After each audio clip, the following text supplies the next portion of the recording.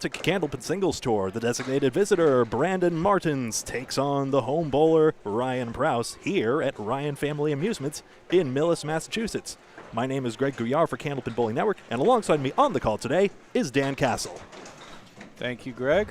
Good to be working with you again. And we're about to see Brandon Marks go up to start his first ball. We're on lanes 1 and 2. Brandon Martins, I'm sorry. We're on lanes 1 and 2 of Ryan's Family Amusements in Millis. A lot of bowlers find lane 1 to be a really tough one. We'll see how these guys do with it.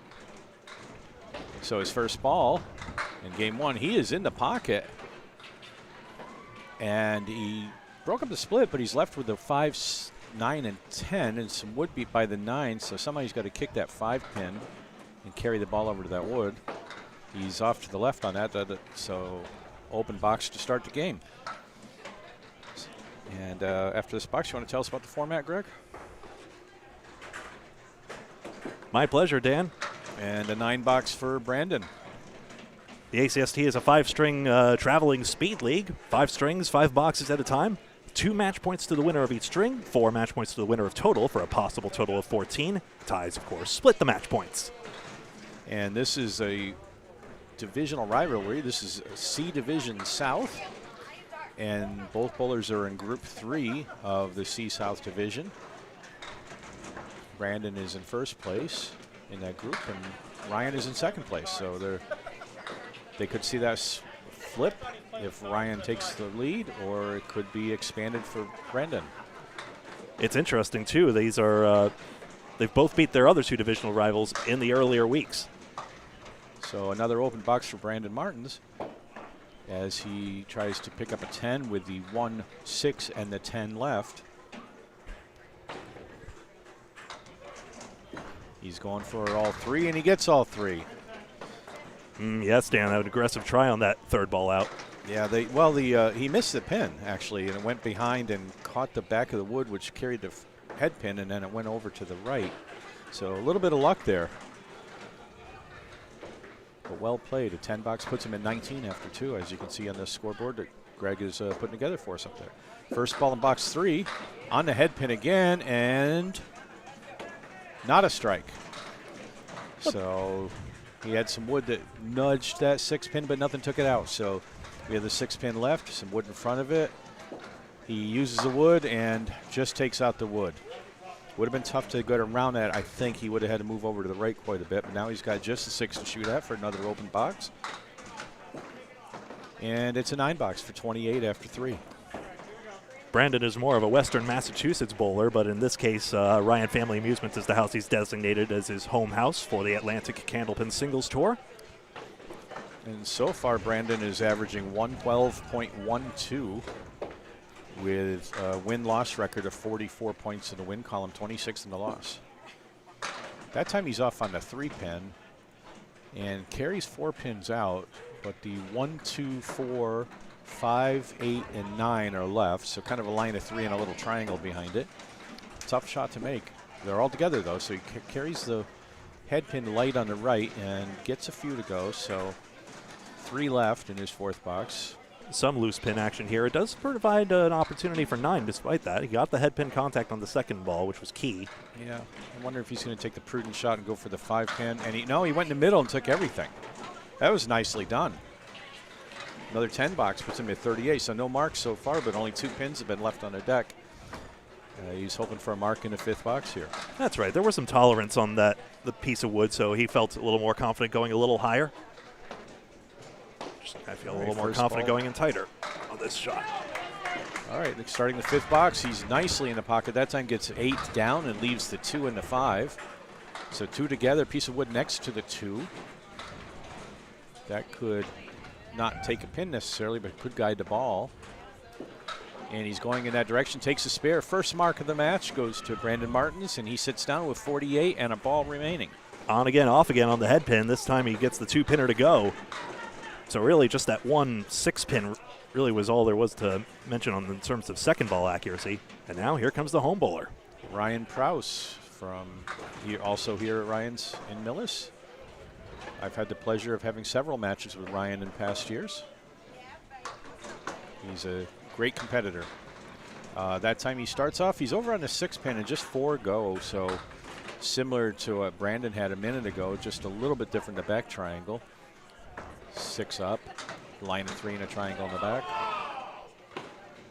And that time he's off on the other side, gets a couple to go. Now he has a diamond in the center, the 1, 2, 3, and 5.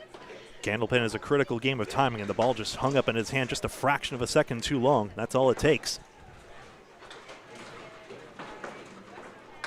And an 8 box. He hit it properly, but the diamond's tough to get all 4 to go. There's not a lot of margin there for that. So Ryan starts out with an 8.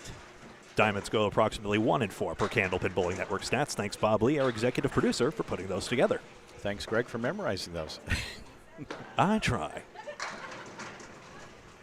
And this time he's a little closer to the head pin. He's on the 3 instead of the 6. And 5 go down. The 1, 2, 4, 5, and 9 are left. There's wood between the 5 and the 9. Good evening, League Bowlers. It is time for Steve and Matt's Bowler of the Week. And there you go. There's Ryan's first mark for a spare in the second. Puts him at 18 plus a ball. The public address announcement is irrelevant to this match, but it's always great to hear the tones of Steve Reno. So Steve does this in the leagues where he works. He does this on Wednesday, too. He has the Bowler of the Week. And he does this himself. He awards a candy bar generally to the bowler highest above average, or who else has done something very special that week before.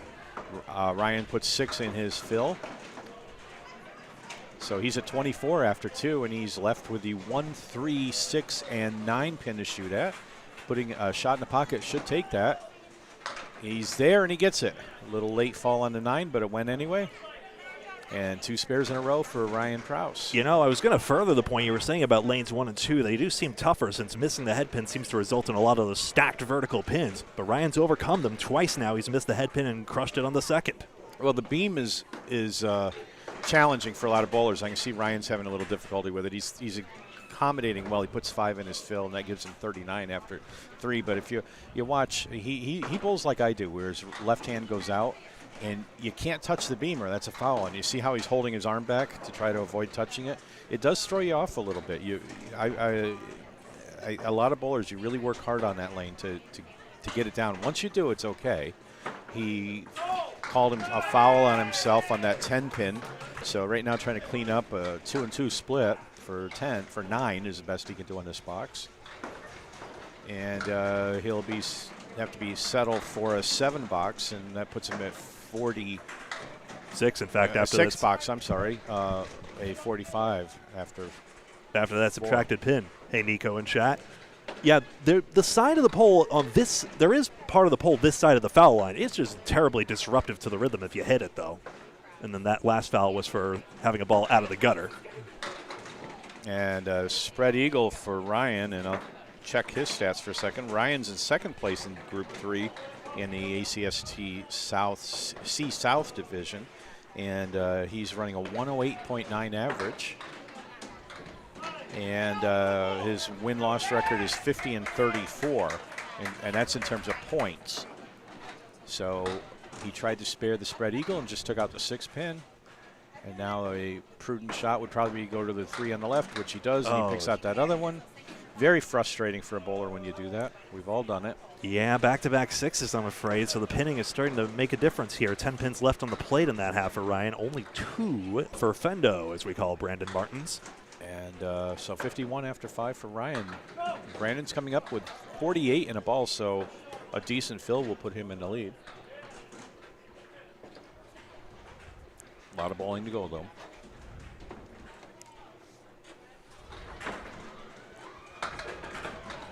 And we've moved over to lane 2. We'll alternate back and forth throughout the match. And his first ball, he overcooked it and threw it at the 7 pin and just gets 1 in the fill. So 49 at the half for Brandon Martins. So the fill fizzles. So even though he outpinned his opponent here, the bonus ball doesn't work out. So he ends up slightly behind. A lot of us have trouble on that first ball in the 6. I know I do. And it can be good, but you can also do one of those. And a little aggravating when the only spare you got in the first half was in the 5th. It's a little scary, but he ends up with a 9 box, so he came back from that. Candlepin is frankly lagging behind in statistics, but one I'd love to see is Candlepin Bowling Network, of course, tries to put that statistical analysis on the map is ball accuracy after you get up off the seat, basically. I've been watching snooker recently, a form of pool or billiards. Yep, I've played snooker. Yeah, rest pots, they call it, like how well you do getting off the chair and sinking it after you've not got the tempo and the rhythm at that point. Well, I've had to go both ways. It just makes me nervous when I'm sitting on a spare after the fifth, and that's the only spare or strike I have, and now I've got to fill it. And that first ball, you know, I've also put strikes in the sixth too, so, you know, which is a great thing. Sorry, funny scenes in front of us. Matt Taylor, we saw running down. He works here at Ryan's. Good bowler in his own right, and the balls were already on their way back, so no need at that point. All right, box 7 for Brandon. And I can't see around him, but that's a strike. Well, you're not going to see any pins now. So a strike in the 7th, just what the doctor ordered to make up for that one fill. Just drag this down here. And we have Caitlin and Carrie Ann, our TikTok ladies, broadcasting this at the same time we are. They're having a good time back there. You can find them on TikTok.com/@Candlepin Bowling. I believe you have to do it, but Candlepin Bowling is the name of that account. All right, I'm going to stand up a little here so I can see the ball hit.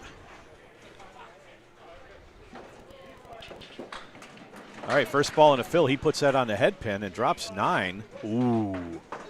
And it's sinking. That It's got rocking hit. a little bit. I don't think it's over yet, but. Well, it's staying up, so he's got 9 so far, and he's got just the 5-pin with a piece of wood in front of it. And he hits the wood and deflects around, and something else came back from behind, so it's a spare on strike. However you make it. A double piece of wood. So that 10 fill puts him at 78 after 7. Now he's at 88 in the 8th plus a ball. And the pins reset, and 7 of them fell, so we need a re-rack here. We won't put that on the board. 88 ball through 8, so 3 marks already. 3 in the last 4 for Fendo.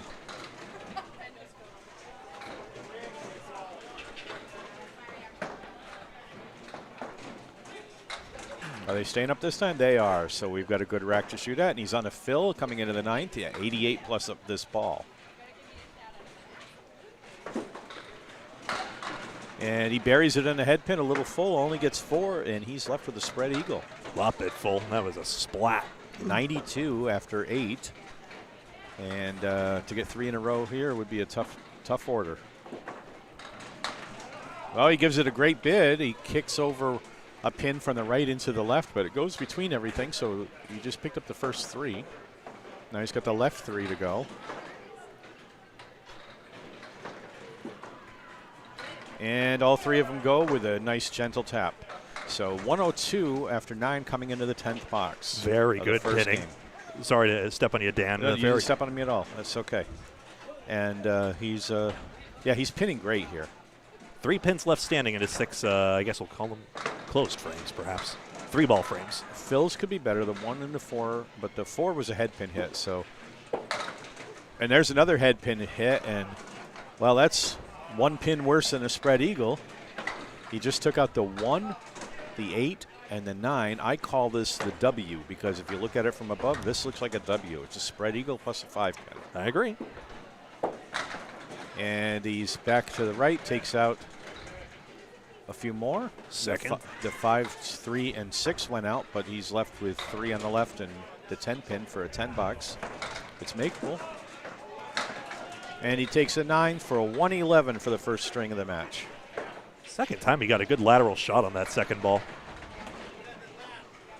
And we've got that recorded. I don't need a hard copy here. They've got it down there. Okay, good. They got the sheet. Yep. A lot of times I keep a sheet too, but we don't really need to with the system here. And I'm going to move around behind you so I can see the bowler, the pins. And Ryan comes in on a 6 pin and drops 5. 1, 3, 4, 7, 8 are left. Oh, there we go. That helps too. So from where I'm seated, it's kind of hard to see lane 2 action. But Ryan, Greg just gave me a little monitor to look at, so that's helpful. And what I can tell you, as you saw, Ryan missed everything on the second ball here. So he's still looking at the 1, 3, 4, 7, 8, trying to clean up some of it. He picks up. He ends up with a 7 box. So just picked up 2 of those. Still within a couple of marks here. If he shores up the pinning from this point onwards, 2 spares can put him right back in the string or better.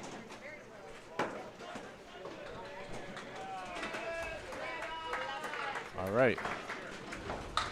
On the head pin that time, nice and solid. We're in the 7th box, and Ryan's at 57 after 6, and he's left with just the 2 and the 6 pin, or the 3 and the 6, I'm sorry. And nothing happening. Well, we get 1. We get the 3 pin off the wood. Too bad. That was his best look at the string right now. Has that swooping delivery, but it ends up going straight if it's a good ball. And a 10 box for Ryan Preus. So Ryan now is at 67 through boxes completed. Brandon has an 11-pin lead, and Ryan's up against another spare here.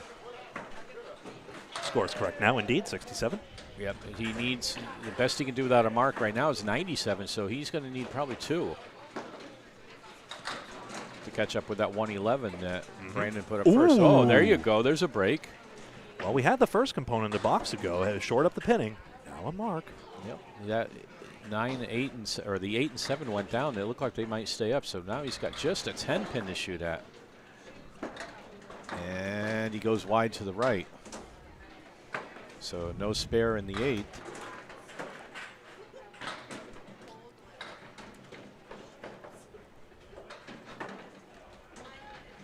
So try to get the 10, go to the next 2. And there's a 10 box. So 77 for Ryan after 8 boxes.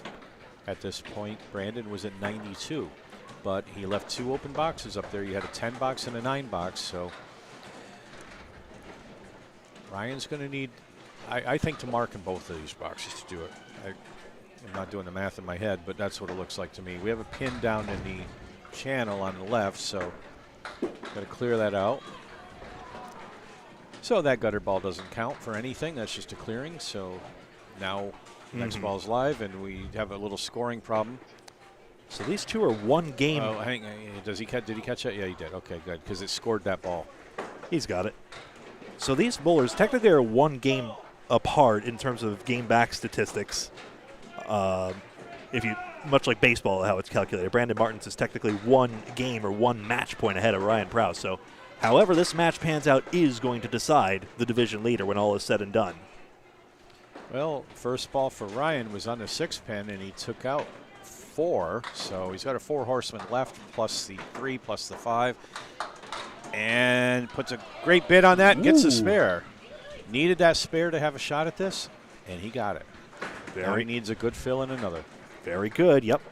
That puts him at 87. Best he can be at after this box is 97. That would put him within 5. So he needs another mark. 14 bonus pins, in other words. Good ball. On the head pin, a little solid, little full. I've said solid too many times. He's a little full on that head pin. He puts 6 in the fill. He's at 93. So if he spares, that would put him at 103. He would need an 8 fill to tie. So he's got to spare first. And Brandon Martins will win the first string in the first 2 points. Just thudded into it, unfortunately. Didn't get the spring action he wanted off that wood. He was in the right spot, it looked like, but nothing carried to the left. So 7 and 8, pick 1. He's got picked the 8 pin. And Ryan Preus ends up with a 102, so a 9-pin victory for Brandon Martins in the first game of 5. And that was a pin out. In fact, pinning reversed the bonus pins because Preus had 17 bonus pins. Martins had 15, including, you remember, a 1 fill at one point.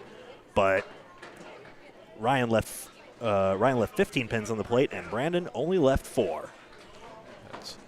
That was exactly the spread right there. And so now we have a sweep stuck on lane 2. They will continue the match on lane 1 for right now, and somebody's going to have to go down there and fix that before we come back over here. It probably got jammed up on that piece of wood, which usually pin setters are a little more resilient with that. I guess they got really wedged in there.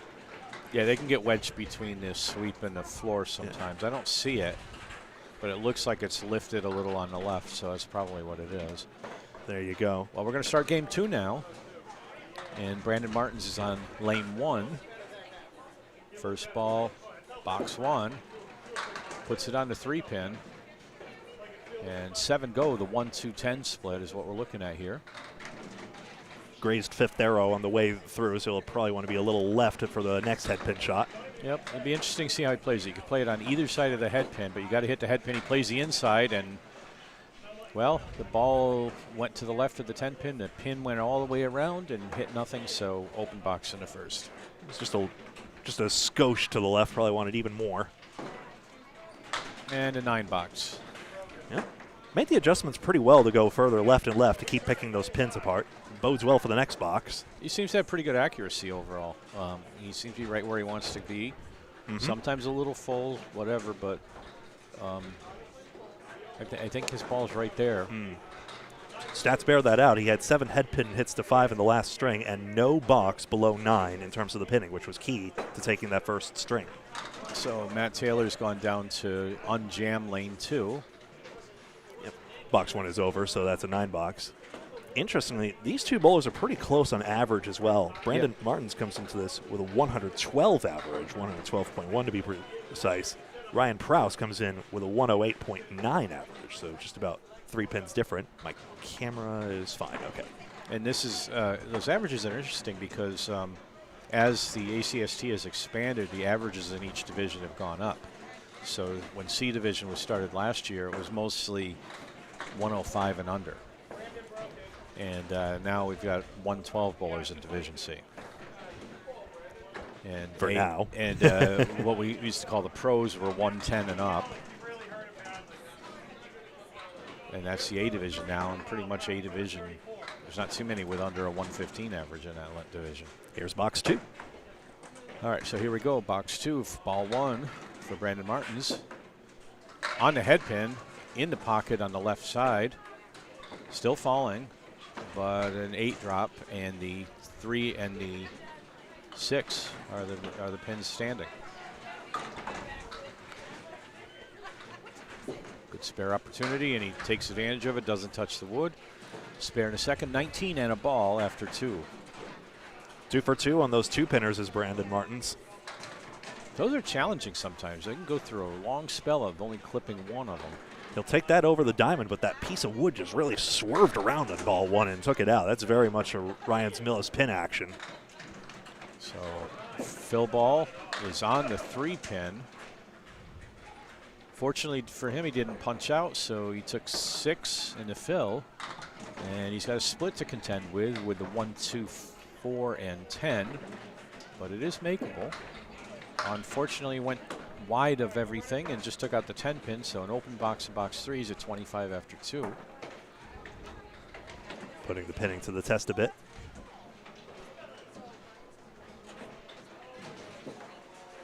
And went wide again, so a 7 box, 32 after 3. Interesting. He's grazed the towel, which is on the ball return. That's actually off camera, I confess, but he put the towel down, and actually in his footwork, it grazed it on the way. Oh, he did touch it? Yeah. Who's to say if that actually throws him off or whether it actually does? It does. I had the same. So I was in Buzzards Bay week before last, and that's a 4 drop. 4 horsemen plus a 10 pin left. And we were bowling in lane 1, and the wall is right up to the channel, and my hand goes out to the left too. And I kept touching it or coming close to it, and I found my ball drifting to the right a lot as a result. So I think that's material, and that's what that overhang affects a lot of bowlers. And he comes out with a nice 10 box on that, so he's adjusted to it. Now, there are a few bowlers who like lane 1 a lot, and if they're the home bowler, they'll set up on lane 1.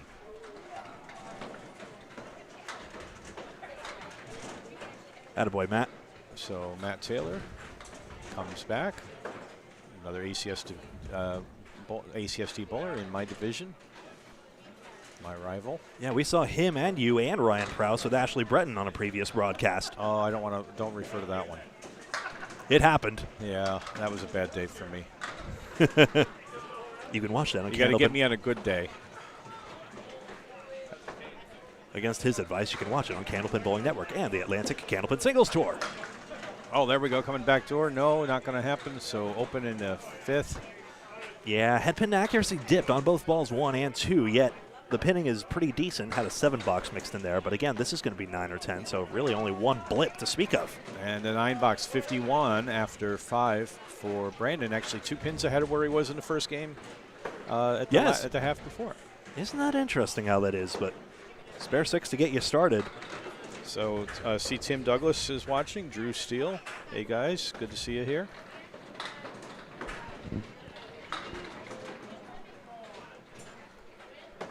Only 2 empty lanes at Ryan's on a Tuesday night. Lane 3 and 4, the only empty lanes. Ryan Preus, ball 1, game 2. On the head pin, gets rewarded with a spread eagle. Or as I call it, getting the bird. 4th split already. In fairness, both bowlers had 3 splits in the last string. All right, puts a good effort on that one, but doesn't catch the 3 pin. Gets 3 to go. Not 3 in a row. And he'll settle for 9-box. So matching 9 boxes in the first. Very encouraging side out of Ryan here. He had 6 in the last 2 splits and then a 9-box in each of his last 2 splits. I said that correctly. 6 in the first 2, 9 in the last 2. There we go. So a lot of people talk about all the action we get here in Millis, which is true. Action is very good here. But on the other hand, head pin hits seem to result in an awful lot of splits. Yeah, this one's thin contact, resulting in the hay bale, including the 9-pin back there. This needs to be on the 3, and he's off the 3, just takes out the back 2. So 3 left, another open box. He was up against despair in this one, so he'll fall behind early. Plenty of room to catch up. And there's a 10-box. So Ryan Preus pins well in the first 2 boxes here. And he's at 19 after 2. Brandon after the second box is at 25. But open the rest of the way. Put that one on a 3-pin. And there goes the 4. It fell backwards. It would have been nice for him if it fell forwards. But just the 1-2 to shoot at. All over it. Takes it off the right of the head pin, and his first spare of this game for Ryan Preus. He's at 29 plus this fill ball. Ain't that interesting? First time you miss the head pin, you get the best leave and the best chance here. Hey, good work of that 2-pinner. I tell you, that's the thing. You want to be on the head pin here, but there's not a lot of margin. You get a lot of splits here. All right, so there's a 6 fill, and that puts him ahead in the completed boxes, 35 to 32. And just a 4 horseman right to shoot at. Quirky statistic, none of his spares have been on head pin hits. Well, that time he did need to touch the head pin. Of course. And he got the 3 and a 6 only. Now the 110 is what's left. Hard to come back from 2 misses. And picks the head pin. Didn't hit it at quite the right angle to carry the 10-2, but the 9-box is good. And that puts Ryan at 44. He's up 2 pins in completed boxes right now. I recall Ryan is a recruiter by day. Yeah, it's a technical recruiter. He recruits, computer guys, engineers, people like that.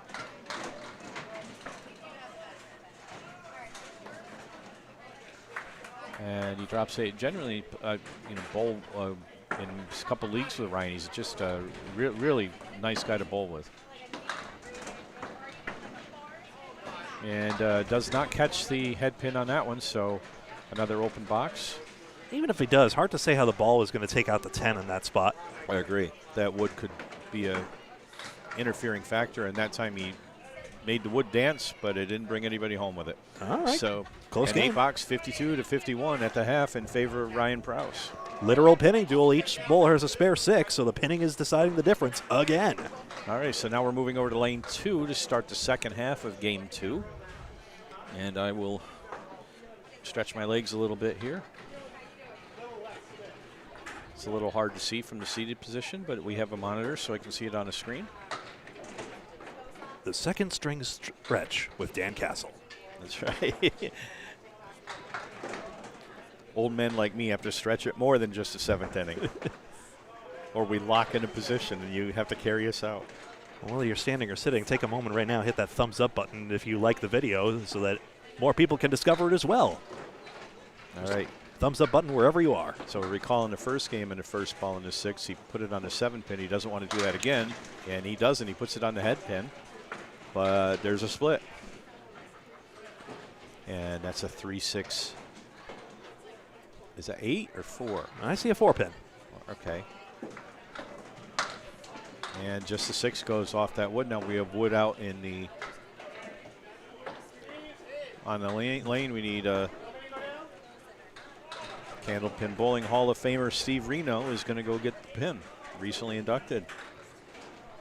Fantastic. Steve himself actually asked the question, well, when is the ICBA Hall of Fame editing going to be done? I do regret it's fallen to the back of my pipeline, but I look forward to having that done very soon. And what will probably happen is I'll have each of the bowlers individually, each of the inductees individually as individual videos. And that'll be on Candlepin Bowling Network. So looking forward to finally having that up, with regret for the longer delay than I would have liked. Yeah, Drew, you're right about the seats on 1 and 2, and we are at a table behind everything and have our own chairs. So we're not right on the lane. We're using Greg's wonderful Zoom feature. Yeah. Oh, no, we got the party room chairs. Don't you worry about us. That's going to be 8. And that field goal.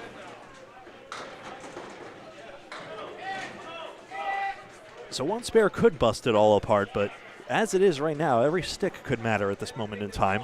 Yeah, that 8-box put Brandon at 59. And coming into the 7th now. Ooh. Made a great bid for a strike there, but yeah, that's the worst version of a this. little tiny bit full on the head pin, and it results in a 6-7-10 split. But he's got wood there, so I think if he plays to the right of the 6 pin, he's got a shot at it. Ooh. Almost. Mercy. That spun about 3/4 of the way across the deck there. Almost. That was a great bid on that. That's all you can do with that. And if you get it to go, that's great. A lot of times it won't go. And a nice 10-box. So a 69 after 7. He's only 1 under par right now. Power implying 10 a box, exactly. Ryan And Preus, for comparison, is 2 over. So very tight game. If he wants to get up to 111 or better, as he did last time, he's going to need at least 1 mark, probably 2. On the head pin in the pocket, and what do you know? Another split. Yeah, the second time he's had a 3-pin split in effect. This time he's got the 1-1 and 1. 7-8-10. So some wood here may be helpful to this, but it's a little flat against the 8-pin. Somehow he's got to get that to kick over. And he took just the 8 on that, so not what you would expect. Who's to say? That was a difficult shot. Perhaps he could have gone a little lower on that wood for more spring action right to left. That's going to foul, I'm afraid, for an 8-box. And thank you, Drew, for the statistics that you put up on the chat regarding Brandon. He's had a great year.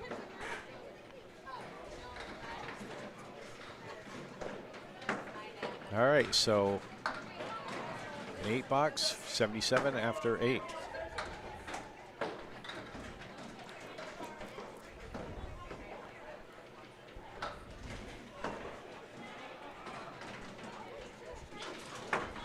First ball in the 9th box. He's again in the pocket.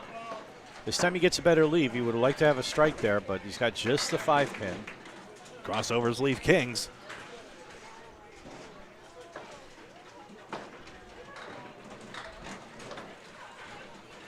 Single pin spare attempt. And he's got it. So there's a spare in the 9th. It was about half an arrow to his right, aiming at that 5 pin as opposed to the head pin. Good shot. Had room to move right, of course, because his first hit was a crossover. All right, let's see what his fill looks like. He's at 87 after 9. Another crossover on the head pin, puts 7 in the fill, 94, but he's got a tough spare to make here. That dismay is because that's his 4th 3-pin split. 5, 7, 8. Oh, this string alone.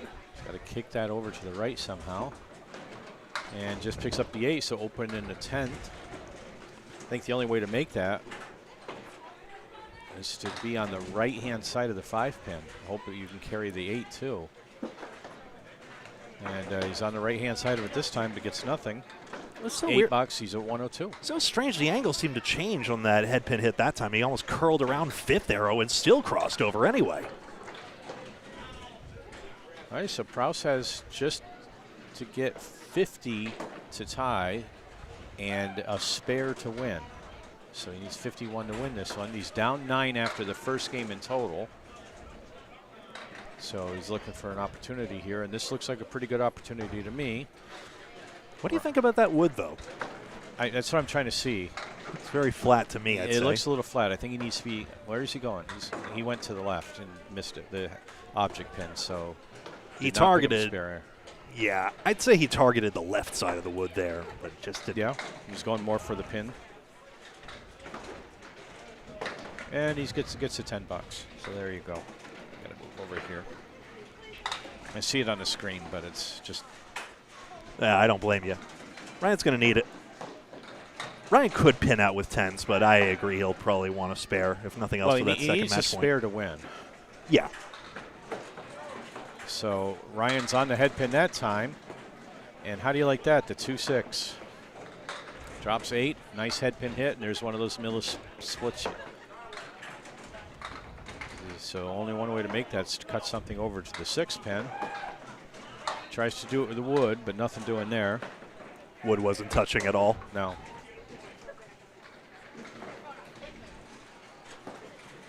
So see if he can get 1 or 2 here. Picks up 1, so a 9 box, and now he's at 71. A mark certainly required. He's Now he needs a mark to tie. 4 for 7 on the head pin.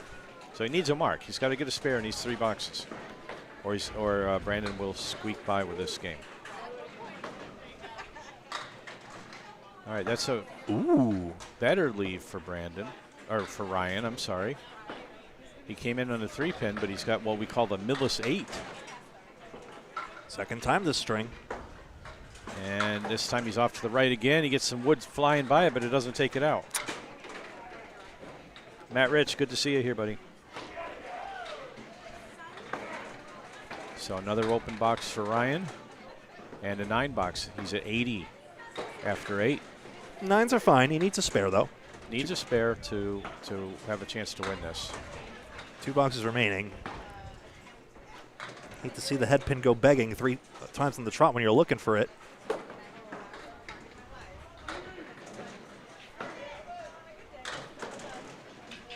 All right, that was off in the ocean a little onto the 3 pin and gets a break there. 7 went down. He's left with the 1, 2, 4 all in a row. 3 little maids.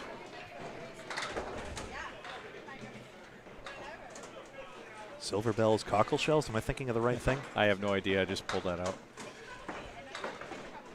Oh, and he missed that one too. He's got to get one of these. So what he needs to do here is make a 10 and mark in the last one, or Brandon will pick up the next 2 points. And there's an 8 box, 88 after 9. Really, 2 pin? Okay. So right now he's 14 pins under. Needs a spare 4 to tie, spare 5 to win. It's good pinning in this half, averaging 9 a box.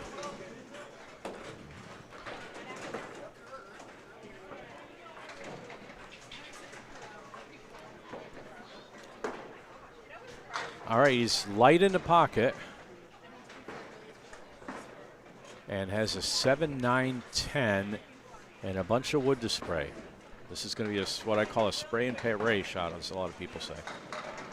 I don't know which wood to go for. He's going to look at that carefully. There's an overlap just to the left of the 9-pin. I don't know. I'm thinking go right between the 9 and 10 and see what happens. That's my guess. That's where he's going. Now he went for the 10, and Brandon will end up surviving to win this string.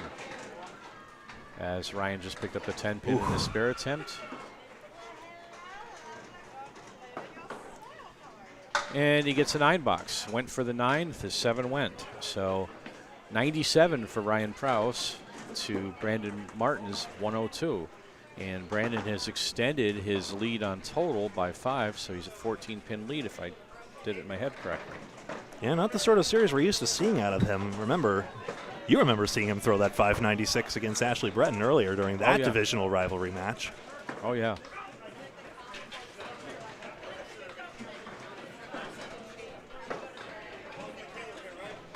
All right, we're coming into game 3 now. And so far, Brandon Martins has won both. Yeah. Not by a lot. The total's in question, but he does have a 14-pin advantage at the moment. Brandon Martins actually had a 598 in his last match. That was against Michael Fabrizio Smith. 598 versus 519. That included a 82, then 120, 131, 141, and 124. I think somebody's a candidate to move to Division B next year. All right, first ball of game 3. Martins is on the head pin and gets a 9 drop. The 10 pin stayed up. And there's 3 pieces of wood down there, one directly facing him. I don't think he got much choice but to go straight at that. Perhaps. Play the pin like it's not there. What do you think, Dan? That's pretty much what I would try to do.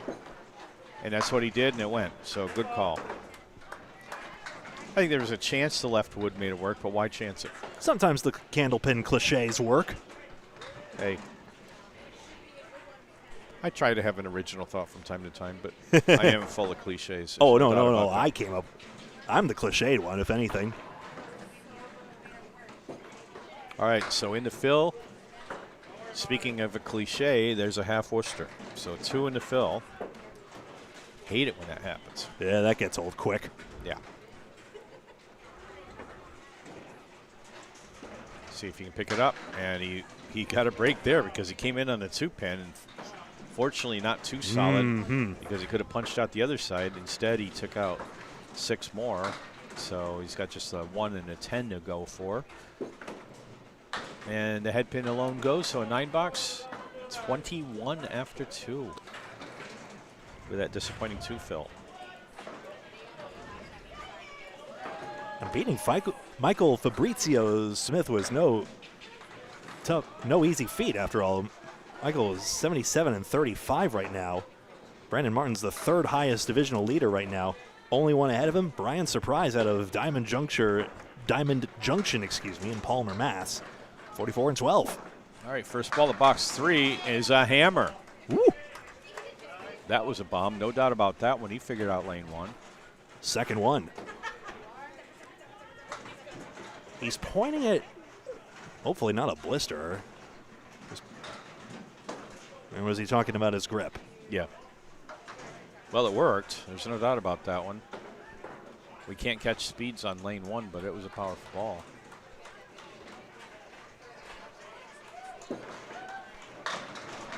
Off on a 3-pin, but boy, look at this. Nice 9 to start. A little momentum on that, but it doesn't carry the 10. So already a big fill. Even better if he can make this spare. And he goes wide of the woods, so a 9 fill it is. 40 after 3 and an open box in the 4th. Got scared off of that channel wood. It's easy enough to do. Got it that time. 50 after 4. Such an imposing obstacle in foul territory. If you don't have razor sharp focus on the pin, not that Brandon didn't. Martin's still doing well, 50 through 4 with 2 marks.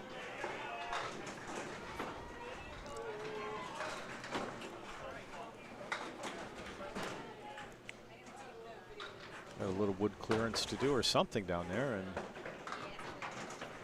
Give him a gave him an unwarranted strike. So he still had to throw a ball in the fifth.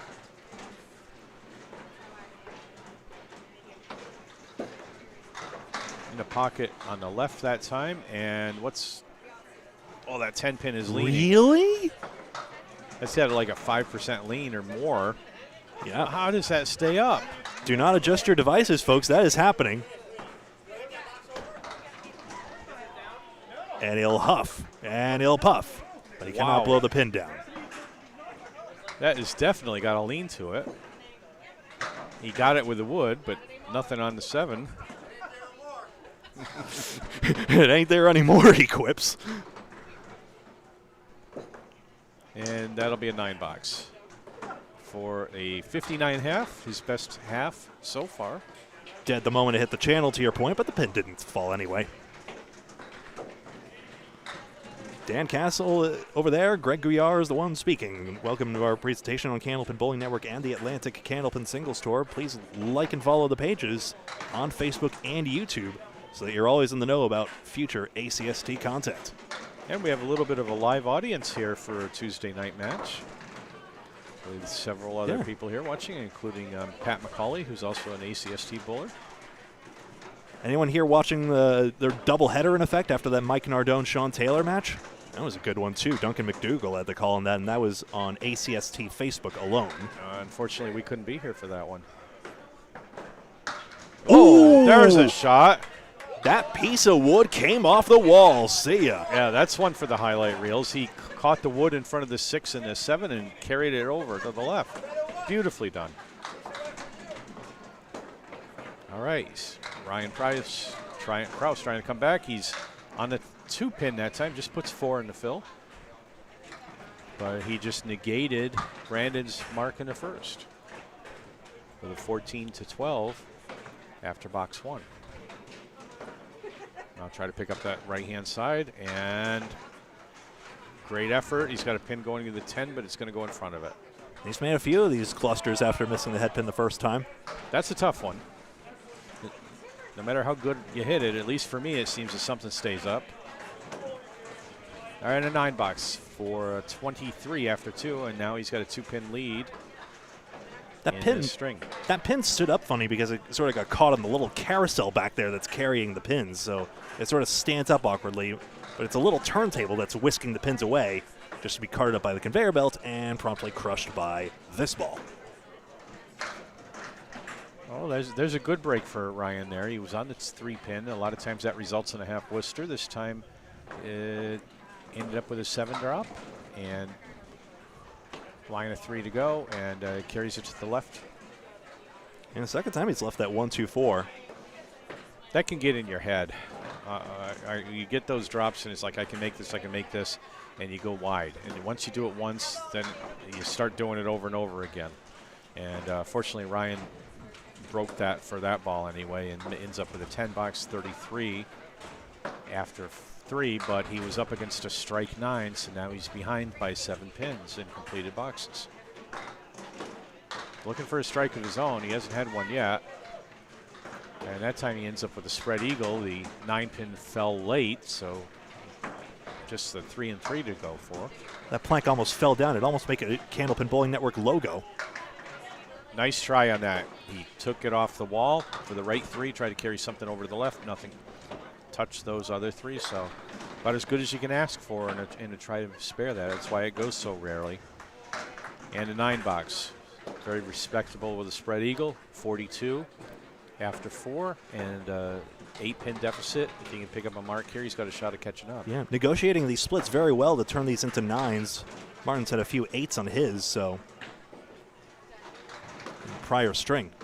All right, he's off the head pin, but it's not the worst sleeve he could end up with.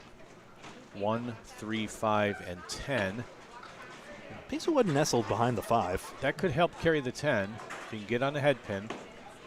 He's just off of it, and everything but the head pin went.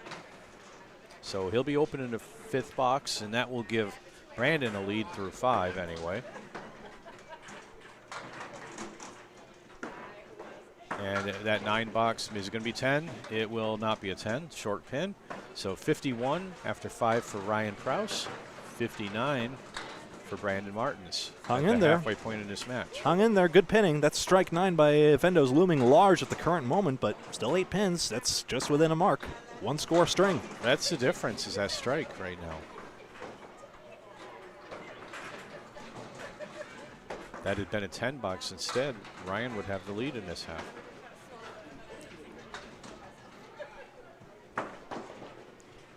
All right, so Brandon Martin's coming up on lane 2. Hi, Al Blanchard. Good to see you with Steve Champagne.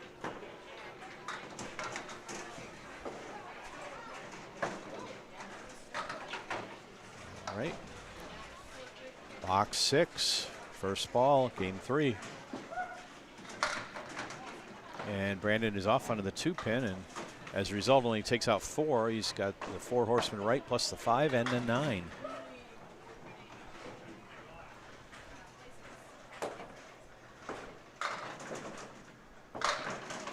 And he's on the 3 pin, takes out everything but the head pin.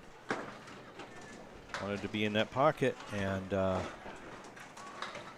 just 1 pin to shoot at for a 10.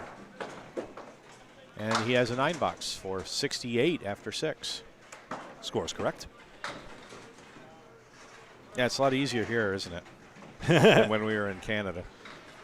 A little bit, but I got good at the art of ancient hieroglyphic deciphering, though I love those overhead scores as well. A little projector display.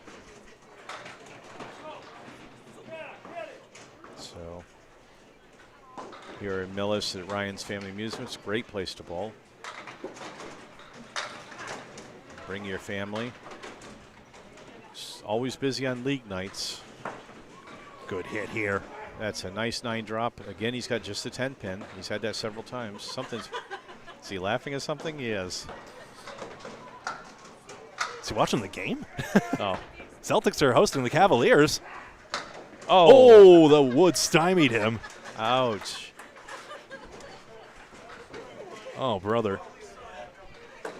Good ball, but the It's- wood's in the wrong spot. It doesn't go, but it went that time when he had it bare, so a 10 box. Someone in the crowd said I saw that coming. So that puts Brandon at 78 after 7.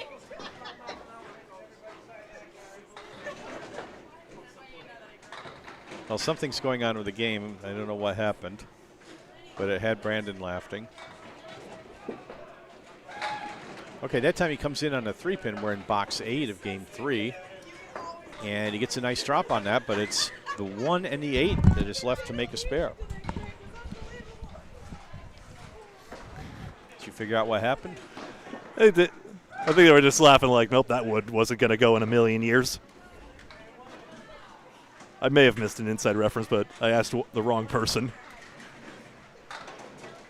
I happened to look up at the game and I saw them laughing up there, so I thought maybe it was something related to that, but that's a 9 box, 87 after 8.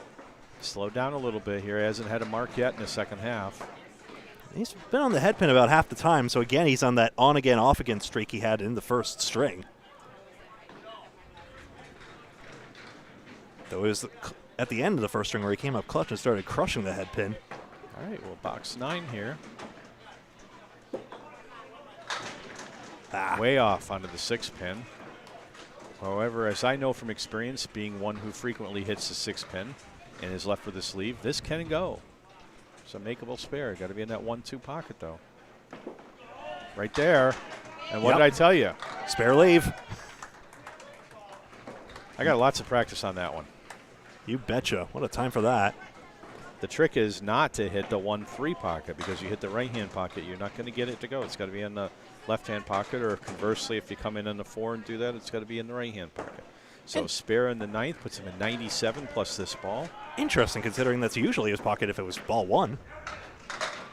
And how about strike on spare? But he crossed over on that, and he crushed it again.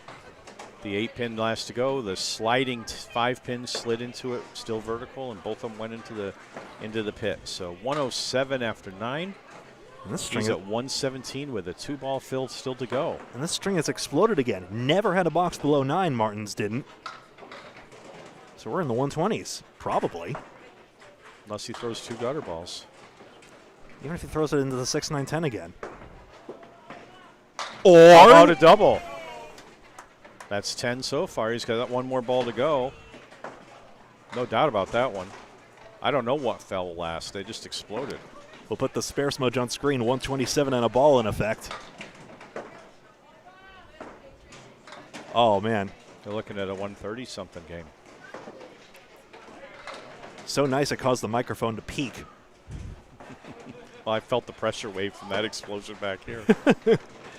Going for the triple. No triple, but a 5 on the next, so 15 in that strike. That puts him at 132. Ooh. And he has laid down the glove for Ryan to try to come back. And Ryan's going to need 81 pins. Yep, Martins is on a 115 average at the current moment.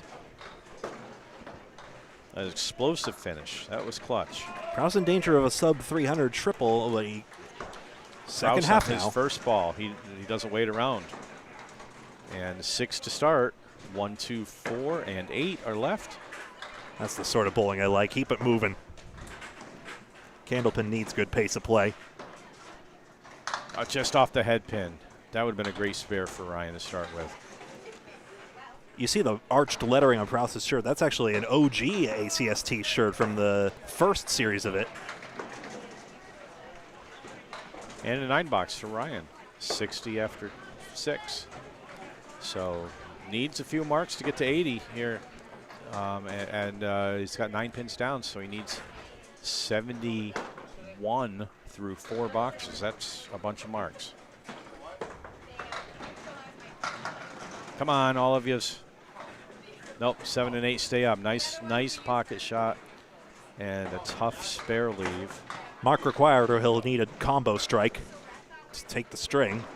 This wood is treacherous. Your thoughts, Dan? If that settles where it is, I think the only choice is to be on that left wood, and I think a little high. I think low it's going to go straight to the left channel. He's going further, and he went for the right-hand wood. That didn't do anything. All right, now get the 8-pin, hope for the 7. And he went for the 7. That's interesting. 9-box regardless, 69 after 7. I think that one probably got away in this case. So Didn't get wasted. He got something for it. Yeah. Match deficit right now is 47 right here. Get some marks chained together, though, and that can be cut together. You still got 2 strings to go after. Well, it was not a strike. It looked like a strike, but that 10-pin was hiding behind Ryan, so it's still up. Yeah, those pins were flying around the 10. To your point. Got it. So there's the spare. Needs to do that in a couple of big fills, and he's got a shot. He really wants to mark out here. And that's what we saw Brandon do, so Ryan's got a copy. Nice ball, 9 in a fill. Broke up to 7-10 split. That was huge. Very good sign to see out of Preus. So he actually has a 1-pin lead at the moment. But there's another mark. All right, Ryan's figured it out here, so needs to do that. He had a 1-pin lead after 8. But then he's up against a spare double strike 5. Double strike of his own required in the 10th to match. But still, this is great match deficit management. Oh, he's on the head pin that time and only puts 4 in the fill. I think that's probably going to do it. He's at 1. Yeah, it does do it because at this point he would need a double strike going forward. So check mark at 7. Yep. It is mathematical. Martin's running the table in the first 3. Remember, this is first and second in the division. All the points still to play for, though, and if Preus comes back, they're going to still be in it. All right, 8-box puts Ryan Preus at 111. So Brandon Martins takes that 132 to 111 and adds 21 to his total. There you see it. So both bowlers getting stronger as they go, as Fendo getting a spare, then a strike, and then a spare strike to get a 132. Pinning right now is 12 in Martins' favor, 9 marks to 7 in his favor, as well as we go into the 4th. And Michael Fabrizio Smith is watching with us, who was just mentioned a little bit ago, as well as Rob Linehan and Dave Peterson. 4th of 5. All All right. Lanes 1 and 2 here at Ryan's Family Amusements in Millis, Massachusetts. We're watching a match between visiting bowler Brandon Martins and home bowler Ryan Preus, and we're coming into game 4 starting on lane 1. Ball 1. And that's a 3-pin hit. Broke up the 4 horsemen, has a 1-4-7 to shoot at. Wood there, I don't know if it's covering the head pin or not. It could be. Is he going to use it? He's going for it, and it worked. Spare in the first. Brandon is heated up. He has been dominating so far with a 111, a 102, and a 132. Squeaked out a win with that 102. Now for a fill ball in the second. Just off the head pin, 5-pin fill, and the right-handed Cleary is the leave.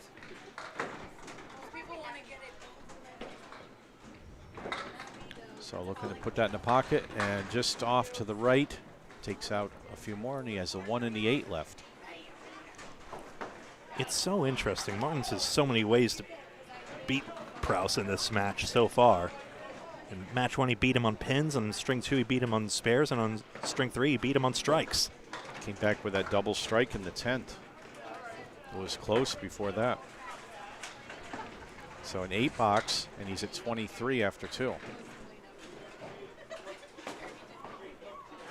This could easily decide the division leader in C South, Division 3 of C South.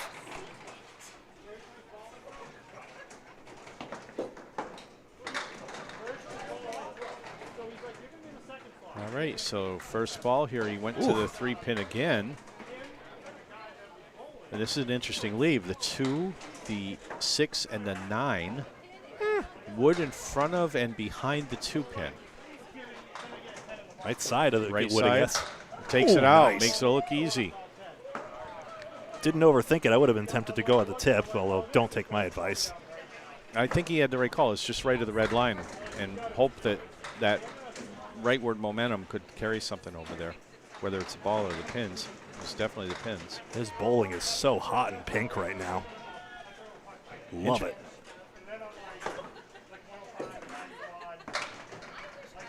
And that's 7 in the fill. I'm watching his approach. It's interesting. He starts way back, and he actually starts with his foot on the right side. He's a right-handed bowler. So his first step starts to the right. So I think he's a 4-stepper. Yep. And that 4-step approach netted him another spare. So spare in the 4th puts him at 50 plus a ball. Sometimes Brandon's ball tends to tail back in, like it starts out right to left, as we all see. But there's that little minuscule motion that goes back left to right, and that's possibly why some of his crossovers hits have been highly effective in this match. Yeah, it happened there, and that was a strike. In fact, that all the way down had a left to right break. So interesting. He hit the 1-3 pocket, but it was actually moving to the right a little bit. 4 marks, 70 plus 2 at the half. He's definitely heated up here, and James Nestor, hey, how you doing? And Steve Champagne mentions I feel he hits 140. Well, he's halfway there right now. Preus on the 3-pin, drops 8. Not a terrible leave if that wood does not end up interfering, and I think it's okay. 4-7, it's not terrible. Oh, he capped that other piece. That's right, James. Regardless of your approach, all that matters is where your last step is, not your first step. And an 8 box. Preus had that chain of 4 headpin hits at the end of string 3 that helped him pick up a couple of marks and get back in this match. Let's see if he can pick up from there.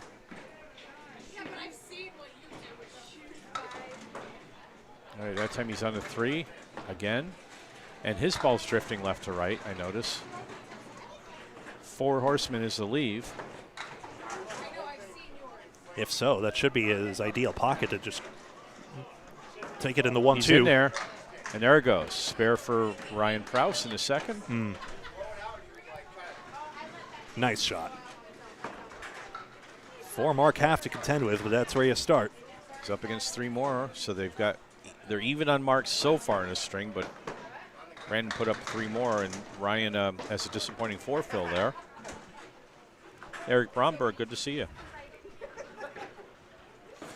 So Ryan is shooting at 1, 2, 4, 8, 6, 10,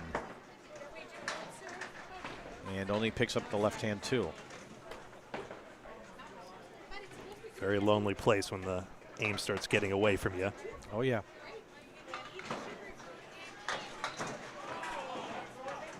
So there is 6 spots. So there it's taking on sort of a right to left break in that particular case. Interesting. It has been all the way through this half anyway. I wasn't paying that close attention before, but he's definitely got that going. Sorry, so that's 6 box, 28 through 3, like you said. I don't know if he does normally. I'd have to look at other stuff he does. There we go. As I run into that myself, I'm a right-hander, and there are some days my ball's drifting left to right, and other days where it's right to left. I don't know why, but it makes a difference. There's another spare. Good. So spare in the 4th. He was at 28 after 3, but now he's at 38 plus a ball. Brandon's at 60 after 4, 70 and 2 balls. Phil after 5. So it'd be tough to catch up, but you can at least make a dent in it here if he has a big fill and another mark. And that's 7. That's a tough spare to make. 3, 9, 10. Tough time for it. Strike would have really helped. I'm taking a light hit to the left of that pin. He's going in between, nothing to go in there. Open in the 5th. He's at 45 after 4. So now just get a couple. Just hit that 3 pin. Whatever else happens, happens. He's using the wood. Picks up the 9 pin only. So an 8 box. 53 half. Trying to bludgeon the problem, basically. When finesse doesn't work, raw strength. Well, the goal seems to be to try to get more than 1 and not get 0. So on that 10th ball. Check. So, well, now Brandon's coming up. He's at 70, and he is on the strike. So these next 2 balls will add to 70 to close out that first half. And that plus 52 he has going after 3.5. Is Brandon just going to sit firmly atop the throne of Division 3? A so-called Week 3 matchup, weeks in the making. Yes, this is a makeup match, sort of, if you want to call it that. They're bowling out of order. All right, the first ball is 3. Bowlers schedule according to their mutual convenience. Simple as that.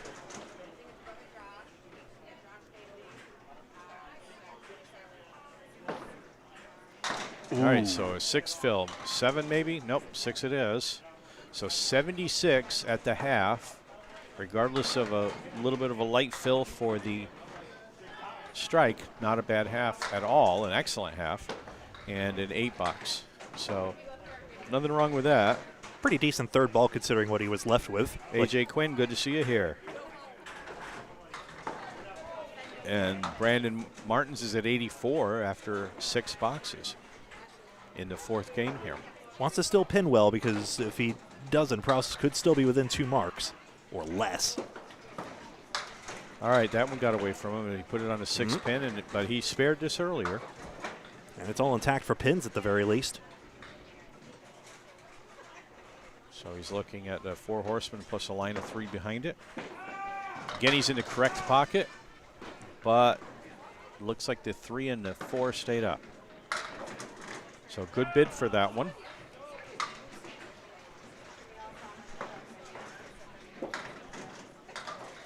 And he's going to get both. He gets both off the wall. So a 10 box. Gorgeous. When it's going good, it's going good, right? Extra stick, you betcha. He can pin out. It's at 94 at 7, so 24 pins above par. He can pin out 469 at this point. If he gets a few more marks, he could start working on 600 pace at this point. Oh! Oh, 7 pin survives, but it's wiggling. Still and living. It stays up. Now he's got some interesting wood there. All right, we have a piece of wood halfway in the gutter. The side out of the gutter is fine. No problem. He went around that, hit the other wood, spare in the 8th. That was a minefield to contend with, and Martins did very well. He just threw at it, and no problem. Didn't even think about it. 104 after 8 plus a ball. That's his 5th mark of this string. All right, there's a half Worcester. Back to earth a little bit. So 2 in the fill is 106 after 8, and try to spare the half Worcester right. Nice try. Little too full on the head pin, picks up a few more. Planks And, there. Yeah, he's got some wood there that may make more than 2 go, but if, what are we, 4, 5, 6, 7, 10. And just the 4 and a 7 go down, so a 7 box, 113 after 9. Yeah, Stick's starting to get away a little bit here. He's lost 7 pins in the 4 frames, the 4 open frames. Gets a spare, he could be in the 130s again.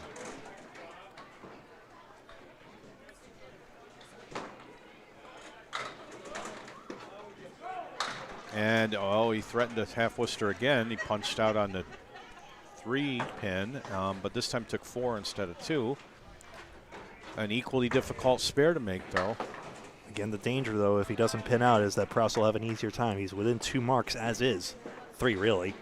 Okay, he'll be open in the 10th. So just the 1, 6, and 10 left.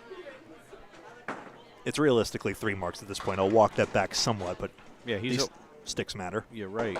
All right, so 2 more. So 9 box, he closes with a 122. Great string again. Well, Ryan needs 69 pins to tie, 70 to win. So that's 2 marks. He's had some real close calls. He's definitely had some opportunities that didn't go for him. He was just off. So box 6 first ball for Ryan Preus on the head pin. Very full. Oh, boy. And he kind of wants that to stay up, and it does. But the wood behind it, I think, could interfere with the spare. And that's the 3, 4, 6, 10. And didn't catch anything. 3rd straight split for Preus. That's been a problem. When there's pins in the line, he's been tending to the left and just being off a bit.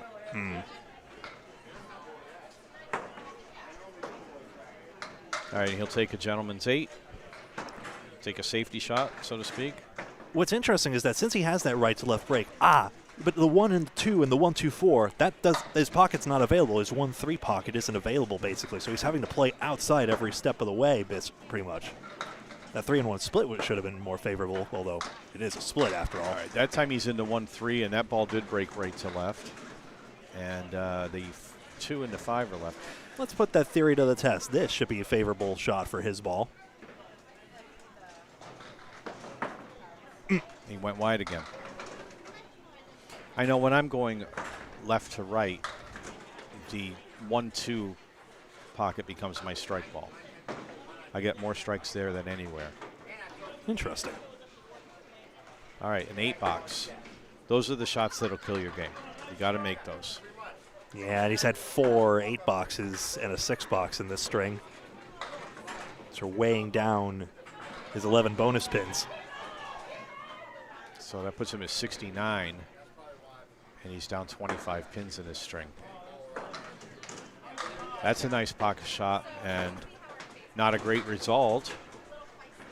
But, you know, that wood is aimed right at the 10 pin. Kind of with that triangle. So he gets in that object pin. He's got a shot here. He's there, and there it goes. What took that 10, incidentally?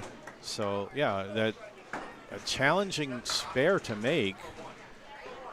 I know he wishes he had a couple of those back where he just had 2 pins or 3 pins set up, but you got to go with what you go. Get a big fill here. Off onto the 3 pin and a 6 fill, so 85 after 8. Needs to run this one down.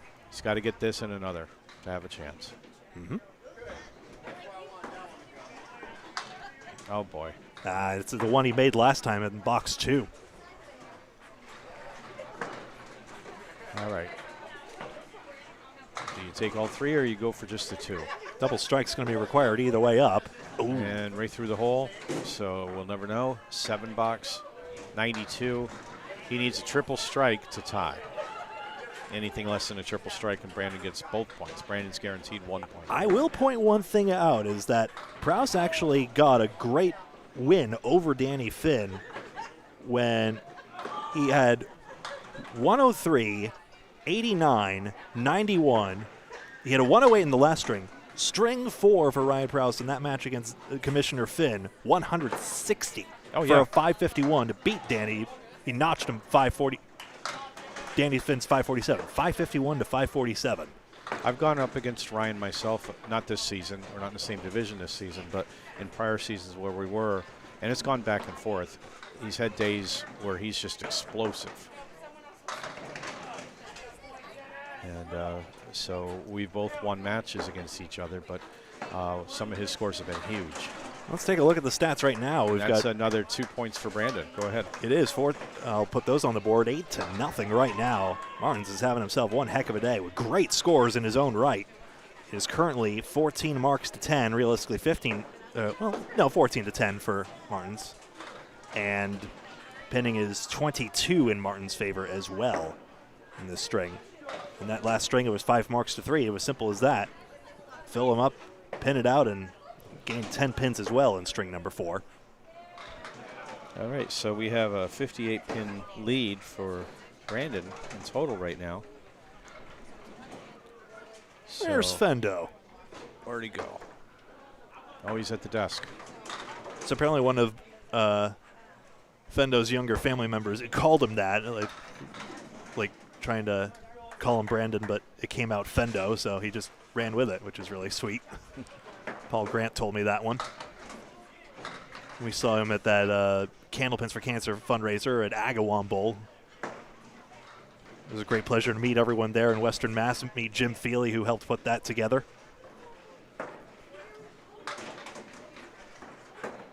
And he made a deep run in that handicap tournament as well. All right, coming into the final game. No, I'm sorry, he won. What am I talking about? Sheesh.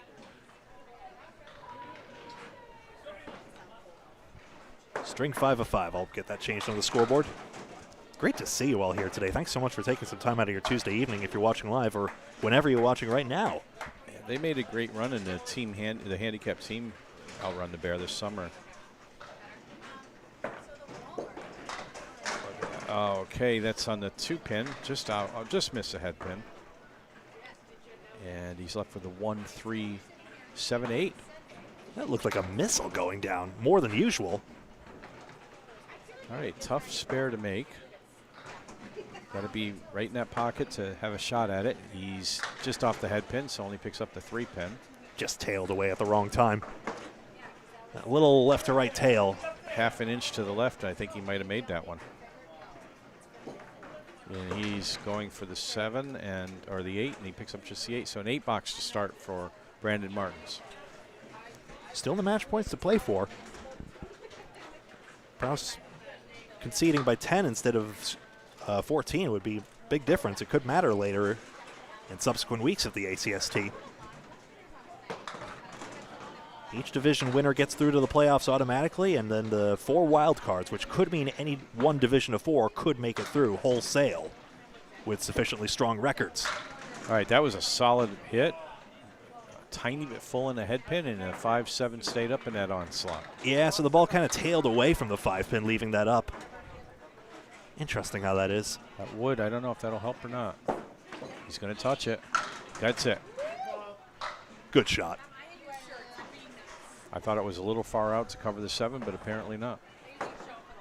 Had to give it a try, certainly. Slicing that 5 would have been a maniacal try. It's makeable. You can do it. It's not easy. Yeah, but rather than hoping it's a barn door, just take matters into your own hands. Bonus. And on the fill, solid on the head pin, ends up in a spread eagle, a 4 fill for 22 after 2. Thanks for nothing. And once again, the bird makes an appearance. My least favorite leave. Oh, I thought it was my understanding that everyone had heard. I don't think anybody likes it, except your opponent. even then, it's just painful to watch. But he ends up with a 9 box for 31 after 3. Good pinning again. Has been pinning well. It's only slightly less than 9 per closed frame. Well, that's how you handle that, is always look to the next ball. You get the spread eagle. Try to come out with a 9 or 10. Okay, this time he's in the left pocket and has a triangle on the right side, and that looks like the, I want to say 3-5-6. Not many triangles this evening. All over it. Spared the Came last in on one, a- spared this one. And again, that left to right break, he came in on the right-hand side of the object pin and took it all. Spare in the 4th. 41 and a ball. Yeah, Brandon's seen the only 2 we've seen all night.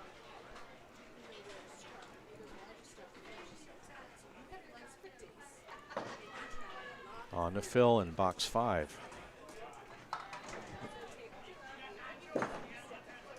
Just missed the head pin. Oh, that's not bad. Get over. He gets a bit of a break at 7. That 9 pin, I think, is going to stay up. It's not bad, though. Yeah, I agree. I think that either side of that head pin, you got a shot at it, preferably the right side, but I think even the left side might make something happen here. Martins can pin out 575, 3 marks, and we could be thinking about 600. Misses a head pin. So takes out the 9 and the 10. Still available, but an uphill battle. So the way this distinct division leader is going, who knows? And a 10 box, 58 at the half in a 5th game. And that's only his 3rd best half this evening. A 3rd best first half. So Ryan Preus looking to recover at least 2 points here. Yeah. Knows he needs at least a spare in the 5th here, or in the first half to catch up. And just misses the head pin. Takes out 6, and he's got the 1, 3, 6, and 8. Wood in the mix there somewhat. Ooh. Oh, come on. He hit that well. Brutal. Nice hit on that, and nothing came back to take out the 6. Trying to transfer the head pin energy this way and that. And a 10 box, so an early lead. Just left up too much to start off. Browns has been remarkably consistent after half one. He had 51, 52, 51, and 53. All right, box 2. He's up against a spare. And he laid it down on the right side, and it went to the right, took out just the triangle in the back off the 4 pin. So again, he's got the lines, 2 lines, the 4 horsemen and a 3, but they're on the right this time. And he's in there, but 2 fall on the head pin, just a punch out. There's that line of 3 again. It is interesting. I mean, again, Preus has been a much stronger bowler than this, and sometimes there's days where you just are a little tighter than others, perhaps. Well, even that one, he hit it right where he needed to, and the 10 didn't carry, so hoping for a 9 box, gets an 8. Little column A, little column B. Yep. 18 after 2. He has actually been more accurate on the head pin than Martins on strings 3 and 4 at least. That time he went left to right and came in on the 3 pin, took out 5. So the remainder is a 1, 2, 4, 5, and 9. Nope, off the head pin again, just left the head pin. There are a lot of those frames where he's just gone by the head pin twice, though, and those are killer. There's been opportunities here.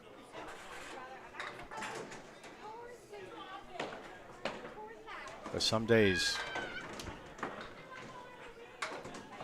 And don't forget, he's still got that arm contending with the pillar there. I'll be curious to hear how that's thrown him off, possibly. Yep.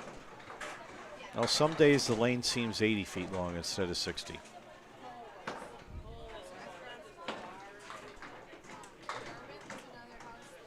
All right, box 4. He's at 27 after 3. That time he hits a head pin. And a nice 9 drop. Didn't get the 10 pin to go, but that's all we have to shoot at for a spare. Try to gain some ground here. His third look at this 10 pin. Got it the last time. Got it this time. Nice. 37 and a ball. Some matching spares in the fourth. They can put a mark up in the fifth. Then we've got a horse race. And the head pin gave up early. Surrendered. Don't hit me. The pins are so rude.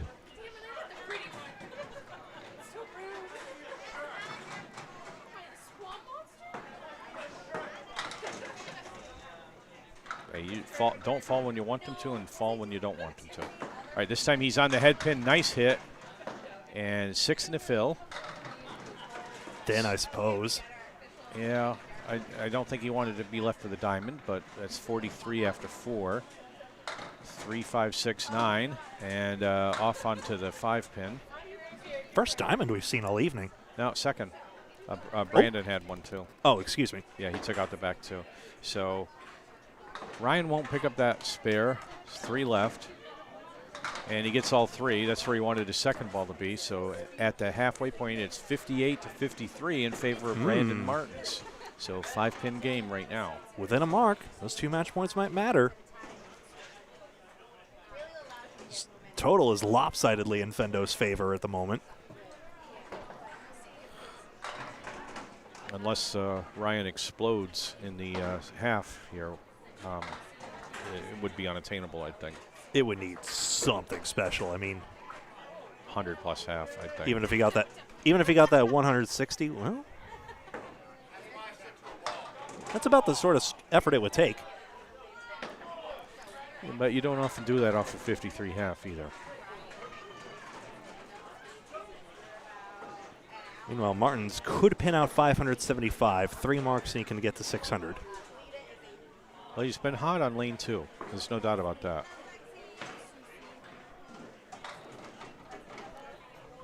In fact, both bowlers have bowled better on lane 2, I think. I don't know. You've got the numbers there, but I think that's the case. I'm showing the opposite, I think, Are actually. you? Remember, Martins had like 3 spares and a strike in that first half of string 4. That must have been on lane 1 then in that case.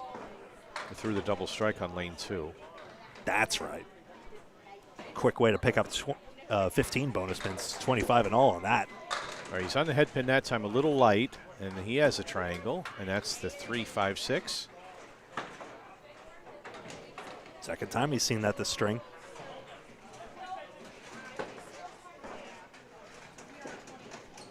And goes to the right. No spare this time. Only the first time he's missed a triangle.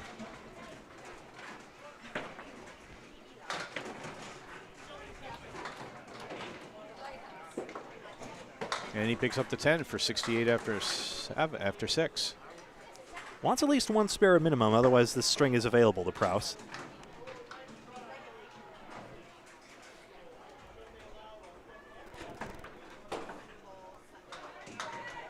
Even there. Sort of winning the marks race 2-1 in this string. Again, on the left side of the head pin, he's got that same triangle plus the 10 pin. So the check mark. See if he can pick this up. Well, he goes wide to the left that time, just picks up the 5 pin. So on both of those leaves, he went one side and the other of the object pin. Still 3 just in a row left. Still just as passionate and focused on that ball as he was string 1, ball 1. And an 8 box. Leaving a door open here. He's been 5 for 7 on the head pin, Martins. Last 2 are pretty light, coming in on the left side. Which is exactly why you get those triangles and check marks. Pins are just floating their way around the pin array instead of burying right through it, to your point, Dan.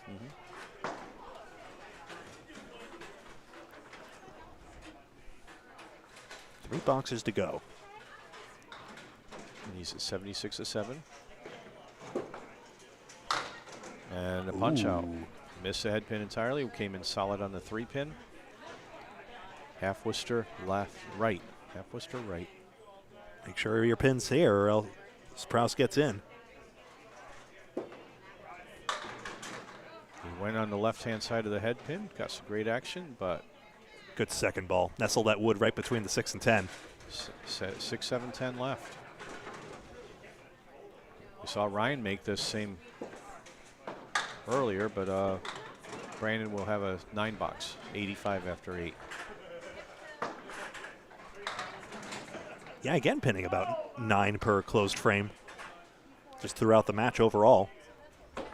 He was roughly here when he threw his 132. The spare chip double strike 5. Yes, he was at 87 through 8. Yep.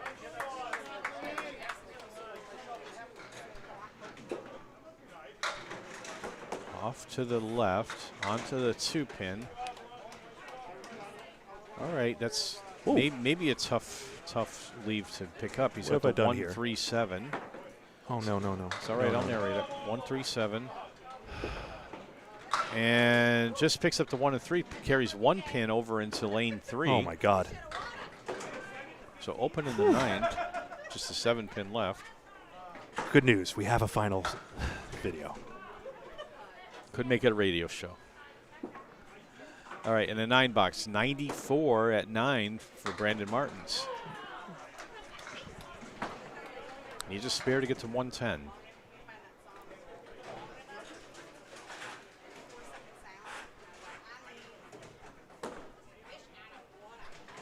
Oh, I see. I hit that nasty button. Anyway, enough meta commentary. All right, box 10. Brandon Martin's last box of this match, which he's dominated so far with 4 wins in a row. And there's a strike. That was pent up. Are we looking at another double scenario or better? Third mark. He found his spot that time. It was on the 1-2. Came in right to left. But that worked very well for him. So including the 2 he effectively had in the 10th, he's had 6 strikes today. A little bit of a drop ball there. And so he came in to the left, dropped 5 on his first fill ball.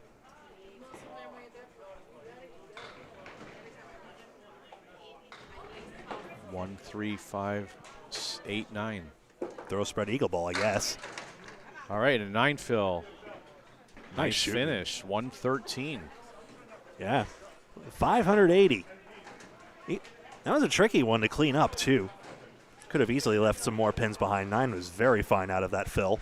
So that puts Ryan in a situation, if he wants 2 points, he needs 61 in this half to get to 114. Very gettable. Couple of marks required. 2 marks. Starts out with a nice pocket hit. Mm-hmm. And that's just under 30 miles an hour. And he's left with the 2, 5, 7. It would between the 2 and 5 that actually might be helpful. He's trying to play the wood. That's interesting. I think he was doing that on purpose. He showed us how to make that 2-5-7 earlier. I would have gone for the 2-pin, but. And there it goes. That would have actually taken it, that ball. So a 10-box. 4 boxes to go for Ryan in an attempt to pick up at least 2 points here. Preus has had 3 10-boxes. He's keeping the pinning very well intact. It's above average pinning. All right, that time he's on the 3-pin, but does not get the half Worcester, so that's a good break. 1, 2, and hiding behind there is an 8-pin. There's wood in the between, though, that could be helpful. Basically a 1-2. And he gets the back 2 and leaves the 1-pin. Unfortunately, that shot's been his bugaboo all evening. Yep.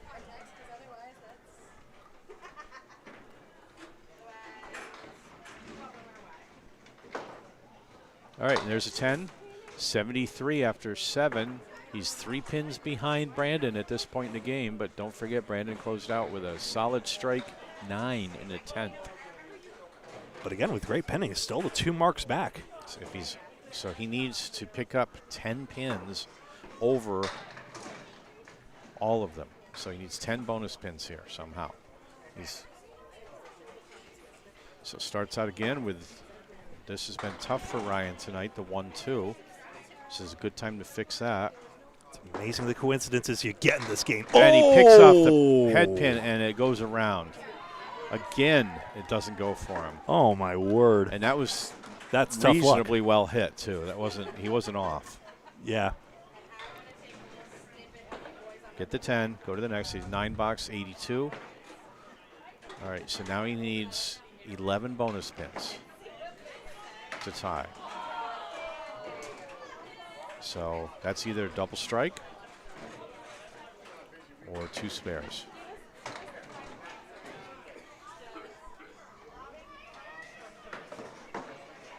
In the pocket. Now there's a makeable spare if that wood does not. I think that goes. Just shoot it to 2 pin. 2, 4, 7 in a line. Wood behind, be by this, and he misses the object pin again. And the 2 pin stays up. Miracle zone requires the miracle of a double strike.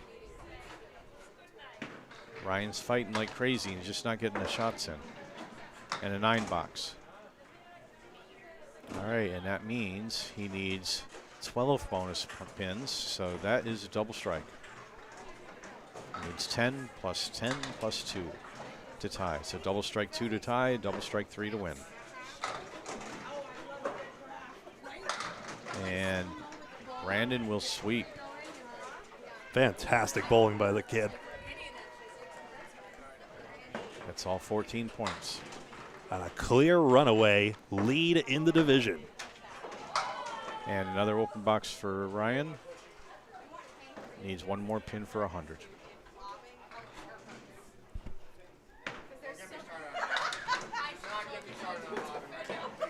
And it's a 99 box, or 99 game for Ryan Preus. And with that, Brandon will take all 14 points. He won all 5 games and total. Which you do if you win all 5 games, by the way. Just a note. You can't not. There you see it. Statistics, 17 marks to 11 for Brandon Martins. Pinning was 22 in his favor. And a 580 to 508 to put him firmly at the top in Division 3 of Class C South. Don't forget, please like and follow on Facebook and subscribe on YouTube to both Candlepin Bowling Network and Atlantic Candlepin Single Store. Remember, ACST is in both places on Facebook and YouTube. Hint, hint, you got some OG Ryan Preus matches on that channel as well. All the great archives from ACST matches past and present, that's on ACST YouTube and on Facebook. With that, Dan, on behalf of Dan Castle, my name is Greg Gouillart for Candlepin Bowling Network. Thank you very much for watching this presentation of CBN and the Atlantic Candlepin Single Store. And until next time, so long.